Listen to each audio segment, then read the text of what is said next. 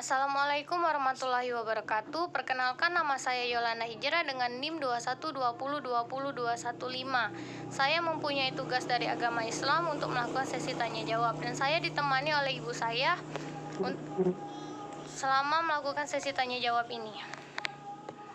Soal pertama, apa makna dasar yang terkandung dalam kata din? Din yaitu membentuk suatu sistem makna semenuju yang saling terkait. Soal kedua, sebutkan ciri khusus agama Islam. 1. Agama Allah. 2. Mencakup aspek seluruh kehidupan. 3. Sesuai dengan fitrah manusia. 4. Berlaku untuk umat sampai akhir zaman. 5. Memperkenalkan manusia sebaiknya. 6. Menjadi rahmat. 7. Menjanjikan al-jasa.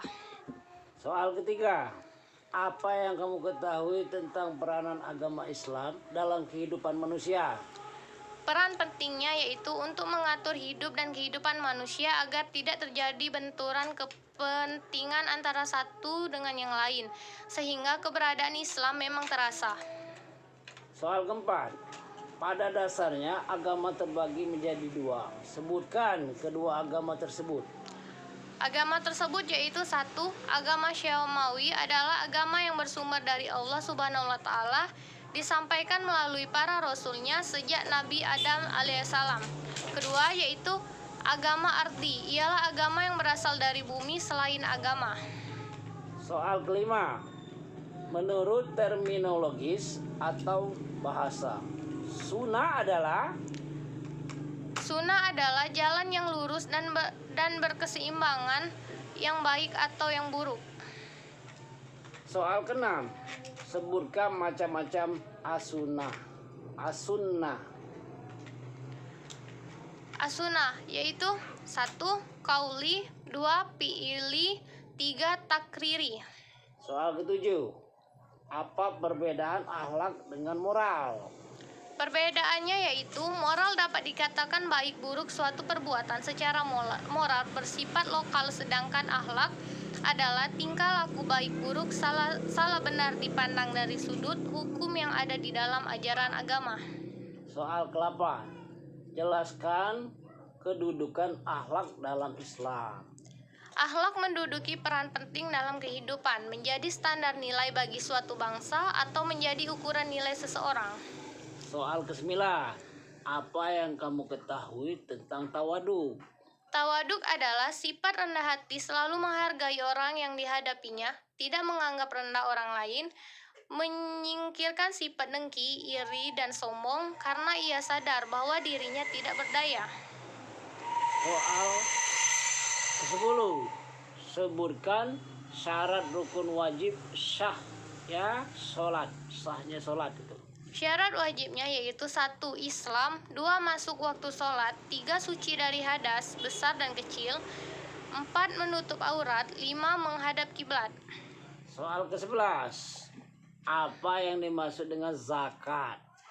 Zakat yaitu sebagian harta yang diberikan kepada kelompok tertentu dengan menerapkan beberapa perhitungan zakat, juga merupakan ibadah wajib yang dilakukan oleh muslim yang dikenai wajib zakat. Soal ke nomor 12, jelaskan syarat ibadah haji yang kamu ketahui. Syaratnya, apabila seseorang telah memenuhi atau memiliki sesuatu, maka wajiblah baginya untuk melakukan haji 1 kali dalam seumur hidup. Soal nomor 13, menurut Al-Fikri, muamalah itu terbagi menjadi dua. Sebutkan kedua muamalah tersebut. Muamalah tersebut yaitu 1. Muamalah al-madiyah, 2. Muamalah al-adabiyah. Soal nomor 14, apa yang dimaksud dengan fikih muamalah? Fikih muamalah adalah pengetahuan tentang kegiatan atau transaksi yang berdasarkan hukum-hukum syariat mengenai perilaku manusia dalam kehidupan yang diperoleh dari dalil-dalil Islam secara rinci. Soal nomor 15, sebutkan ruang lingkup muamalah yang mencakup aspek kehidupan manusia. Aspeknya yaitu 1. Sosial, 2 ekonomi, 3 politik dan hukum. Soal ke nomor 16 ini. Jelaskan rukun transaksi ekonomi syariah yang kamu ketahui. Hukum transaksi ekonomi syariah yang kamu ketahui. Transaksi tersebut yaitu 1. Adanya pihak-pihak yang melakukan transaksi, misalnya penjual dan pembeli. Kedua, adanya barang atau jasa yang menjadi proyek transaksi. Ketiga, adanya kesepakatan bersama dalam bentuk kesepakatan menyerahkan dengan kesepakatan menerima. Soal nomor 17.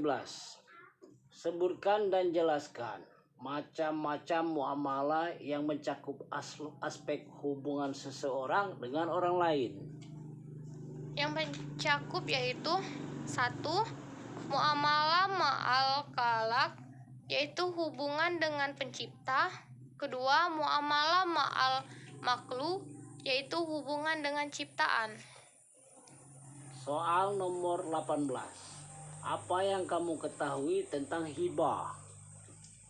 Hibah adalah memberikan sesuatu untuk menjadi milik orang lain dengan maksud berbuat baik yang dilakukan sesama hidup orang yang memberi. Soal nomor 19. Jelaskan secara terurai tujuan pendidikan. Tujuan pendidikan yaitu untuk mencerdaskan kehidupan bangsa, untuk mengembangkan manusia dan bertakwa terhadap Tuhan Yang Maha Esa, dan berbudi pekerti dan memiliki pengetahuan yang keterampilan yang luas. Soal nomor 20. Dalil terbagi menjadi 2 macam. Salah satunya dalil Dani Al-Wurud. Jelaskan apa yang kamu ketahui tentang dalil tersebut. Dalil al-wurud adalah dalil yang memberi kesayangan kuat atau sangkaan yang kuat bahwa datangnya dari Nabi Muhammad SAW. Baiklah, hanya itu saja yang bisa saya sampaikan. Lebih dan kurang saya mohon maaf. Saya akhiri. Wassalamualaikum warahmatullahi wabarakatuh.